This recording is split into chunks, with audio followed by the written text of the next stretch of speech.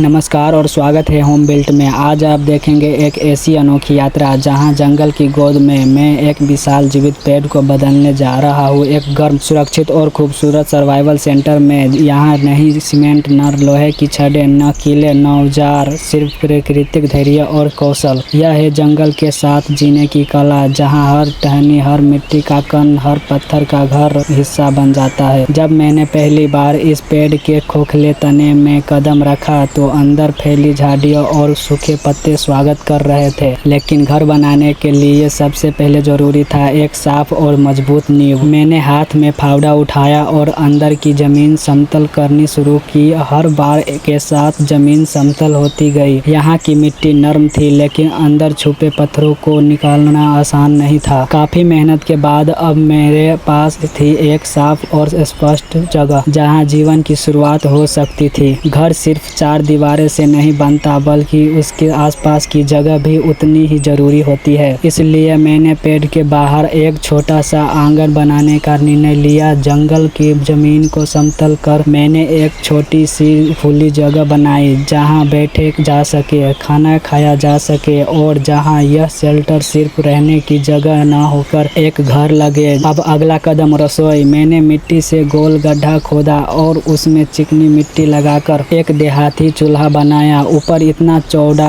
कि बर्तन आराम से रखा जा सके और ऊपर ही एक छोटा छेद छोड़ा ताकि धुआं बाहर निकल जाए। बिना इस चिमनी के यह शेल्टर कभी आरामदायक नहीं हो सकता था। तीसरा कदम, चिमनी की तलाश। चिमनी के लिए मुझे चाहिए थी एक खोखली और मजबूत शाखा। जंगल की गहराई में भटकते हुए मैंने कई शाखाएं परखी, कहीं से बहुत पतली, कहीं से बहुत भारी। आखिरकार मिली एक बिल्कुल सही डाल, जिसका खोखला तना प्रकृति का तोहफा था। मैंने उसे सावधानी से तराशा, अंदर का हिस्सा साफ किया और वो बन गई मेरी प्राकृतिक चिमनी। ना लोहे की जरूरत, ना मशीन की, सिर्फ धैर्य और मेहनत। चौथा कदम, लकड़ी की ईंट और दीवारें। जब शेल्टर को हड्डियों की जरूरत थी, यानी ढांचे की, मैंने जंगल से सूखी, मजबूत और टिकाऊ शाखाएं काटी। इन शाखाओं को बराबर हिस्सों में काट कर छोटे छोटे गोल टुकड़े बनाए। ये थे मेरे लकड़ी के ईंट, जो मिलकर इस पेड़ के खोखले लेपन को एक मजबूत घर में बदलने वाले थे। मैंने मिट्टी को गूथा, उसे गोद की तरह इस्तेमाल किया और एक एक ईंट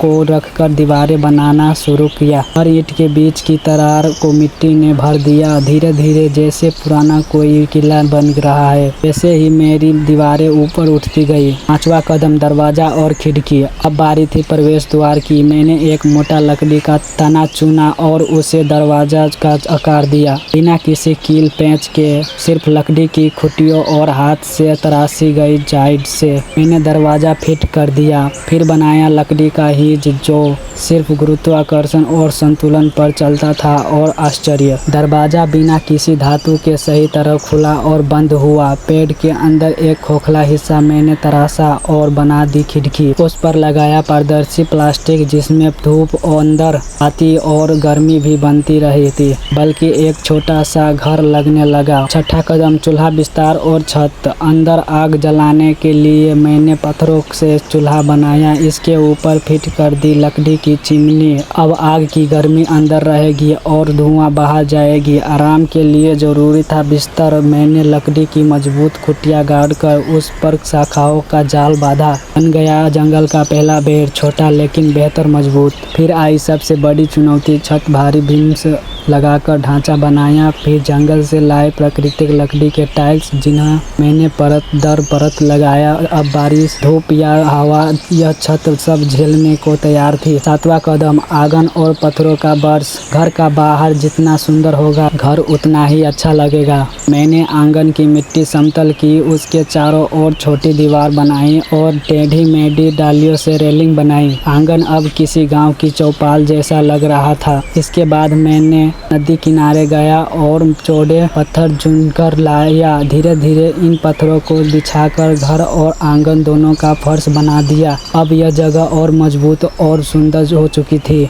8वां कदम, जंगल का भोजन। घर तो बन गया, लेकिन घर का असली स्वाद है भोजन। मैं नदी पर गया, हाथ से बनाई बांस की कांटी लेकर मछली पकड़ने बैठा। घंटों की प्रतीक्षा के बाद पहली मछली फंसी, मोटी और ताज़ा। फिर दूसरी भी। शाम का खाना तैयार था। शेल्टर लौटाकर मैंने मछली को साफ किया, जंगली आटे और जड़ी बूटियों का लेप लगाया और आग पर तला। सुनहरी कुरकुरी मछली की खुशबू से पूरा जंगल महक उठा। पहला कौर लेते ही लगा, यह सिर्फ खाना नहीं बल्कि मेहनत की जीत का स्वाद है। अंतिम क्षण, शांति और संतोष। सूरज ढल चुका था, जंगल की आवाज़ें अब धीमी होने लगी थी। मैंने आंगन में बैठा अपना खाना खाया और आग की लपटों को देखता रहा। फिर अंदर जाकर चूल्हे को जलाया। लकड़ी की चटकती आवाज़, गर्माहट और बाहर सरस्वती ठंडी हवा। यही है असली शांति, यही है जंगल का जीवन। तो दोस्तों, यह था मेरा आज का सफ़र। एक विशाल पेड़ के भीतर जन्मा